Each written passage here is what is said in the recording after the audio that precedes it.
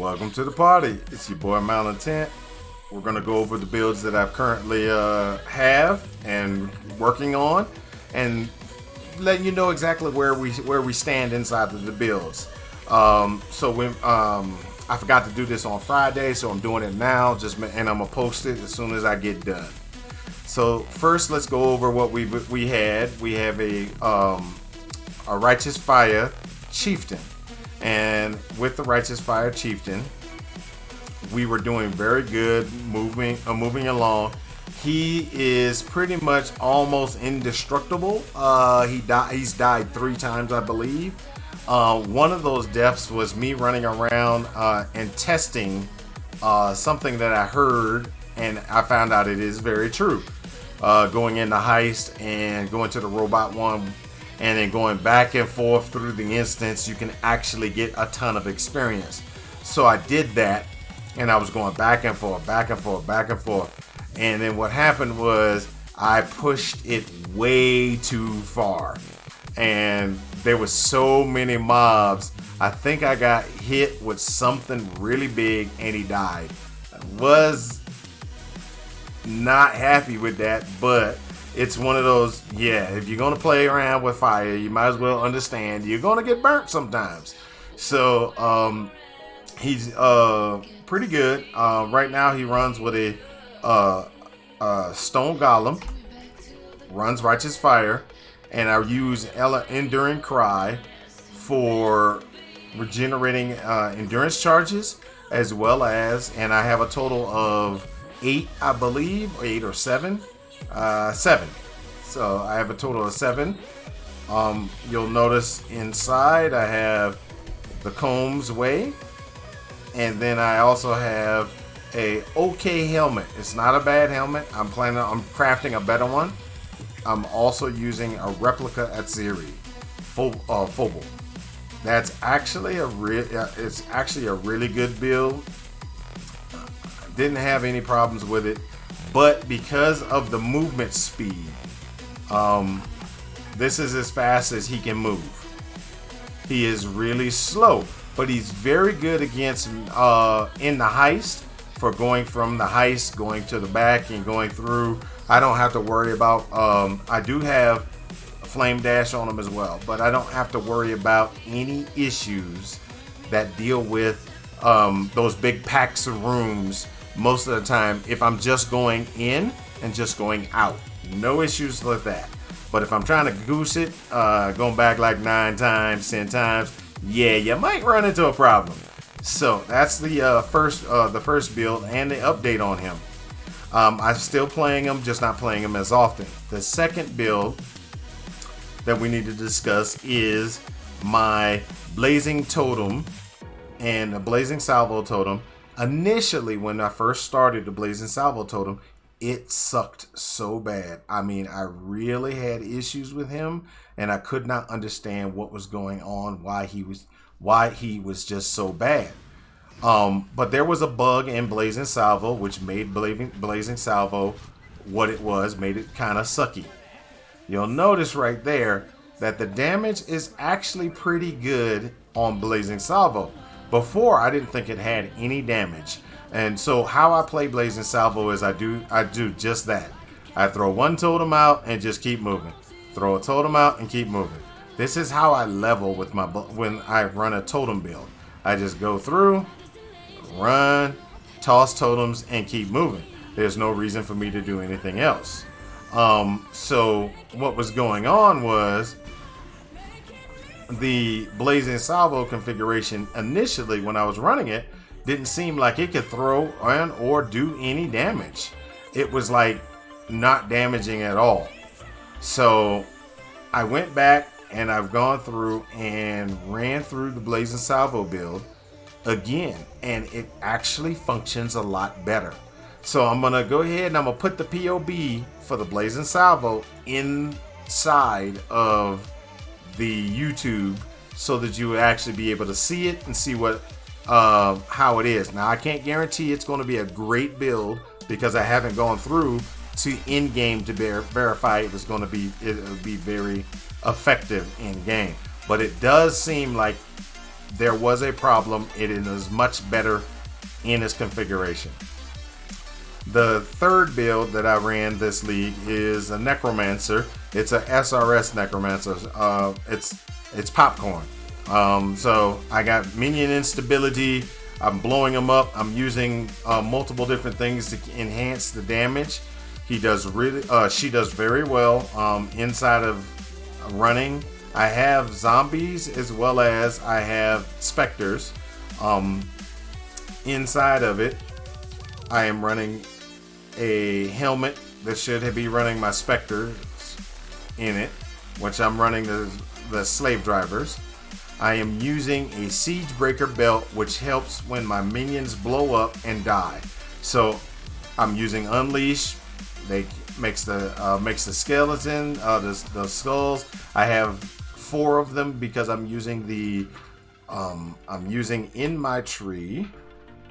I am using the unleash increase, which is somewhere, I thought. Or was that inside of my... Oh, I am not using the unleash increase. I thought I was. There is a unleash increase that gives... there we go. That's going to give me... I thought I was already running it. I'm not running it yet. But I will be running the unleash increase, which would give me a total of 5 skulls at one time. So that's actually a really good configuration. It's been doing good. This is going to take a little bit of time to run because I am running it with my wife. I only play this build with my wife. So I'm getting there, but it's going to be a little bit more before I really get to really in-game boss type stuff. Alright, so the next build that we're going to go over is going to be the Flamewall Spellslinger. Flamewall Spellslinger, it worked. It got me to the end game and got me items and currency. It got me the item and currency I needed to be able to continue on and, you know, get some currency and stuff. It is pretty quick in movement. In all actuality, it's pretty quick. I am running steel skin to keep me alive, but you're shooting your fireballs and the fireballs will always travel through a flame wall. So it's really good in damage. I would have to switch it over to... I would have to switch this build over to the in-game configuration eventually, which is going to be using fireball and flame wall independently, just self-cast. I would love to see myself use this without it, but it seems like the damage kind of gets limited in the in-game red map type situation. I haven't necessarily gone to red maps with him, but I was seeing how slow he was getting inside of the maps that he was able to do. So that's the Fireball Spellslinger build. The next build is my Boss Killer build. He is a Dominating Blow build. I found a couple of things with the Dominating Blow build that caused me a little bit of issues, and I was able to take care of it. And those issues were as follows. When you sit there and when I was using Dominating Blow, when I was attacking, I was only, even though I was using multi-strike, and Dominating Blow with multi-strike was giving more damage. But I was only getting out maybe 4 or 5 of the Dominating Blows, and my Heralds of Purity were not up all the time. So in all actuality, I was losing about 400, maybe close to 500,000 points of damage just by not hitting with the Dominating Blow and getting 9 of my Dominating Blow guys out. So I switched it to Ancestral Call. Ancestral Call then allows me to get 9 up and 4 Heralds of Purity up. So my damage increased by about 400,000 to 500,000 points just by switching over to Ancestral Call, which allowed me to hit more people at one time.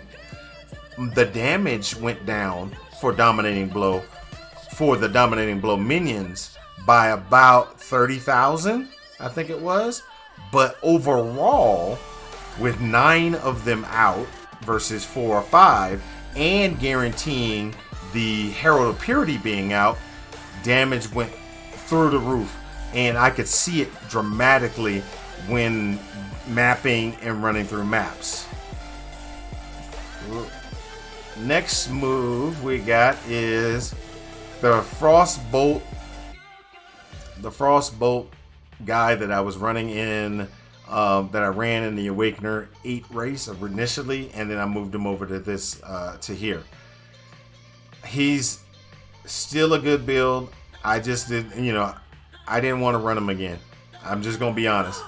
The reason why he's not in maps right at this time is because I ran him twice in the Awakeners race. The first time I got 14 hours in, I died. And 14 hours in and dying, I was like, okay, that's okay. I'll try it again. And then I got in, and the guy's still alive inside of the Awakener race. But the situation is, I just kind of was like, I'm not going to win because they were already at the end for the Awakener race. So I was like, I'm just not going to make any money. So let me just go ahead and go to where I normally play, which was softcore. So as you can see with him, it's a very interesting build. Works real nice. It is a what you want to call a Archmage build, and he does run sigil of power, which after 3 casts, he's at full. One of the things that I run is Arcane Cloak in a guard configuration with a couple of other configurations. I will put this inside the POV. You will be able to see this build as well. Now, last but not least is the build that I was playing because I found a replica item and I just wanted to see how it ran. It actually has been phenomenal in what it's capable of doing. It is a Venom Gore build. I've run Venom Gore before, but haven't really played it since then. Because of the speed of the build, it clears like mad. I mean, I can go through and I'm clearing pretty good with this build. Now, there are some issues, and the issues that I have are as follows. It is actually not running its full capability. I do not have the gear configured at this time to be able to replace my mana. So you will see the current build of this and what I have planned. I do believe that I'm still going to be running this build long term because it is such a quick mapping build.